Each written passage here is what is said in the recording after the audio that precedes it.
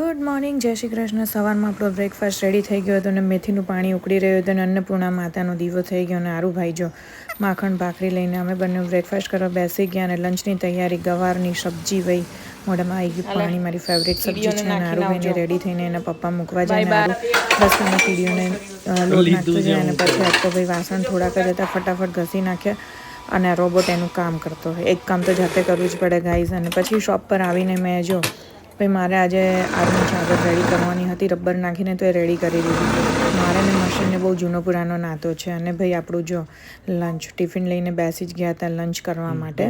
અને પછી ફ્રી ટાઈમમાં મેં આજે મારું આ ગાઉન રેડી કર્યું, સ્ટીચ કર્યું. કેવું લાગે કમેન્ટ કરજો. ઘરે આવીને પાછું એનું જ કામ બધાને જો એ જ હોય. અને ઇન્સ્ટુ બાબા રાહ જોઈને બેઠા હતા. અને પછી અમે બનાવ્યા છે પત્તરવેલીના પાન એટલે કે પાત્રા, જે બધાને ખૂબ જ ભાવતા હોય છે અને મને ખૂબ જ ભાવે છે. અને એકદમ હેલ્ધી નાસ્તો કહેવાય તો આ પણ ચાલે. અને આરુભાઈ જો ભૂત બનીને મને ડરાવતા હતા એમ કે મમ્મી ડરી જાય.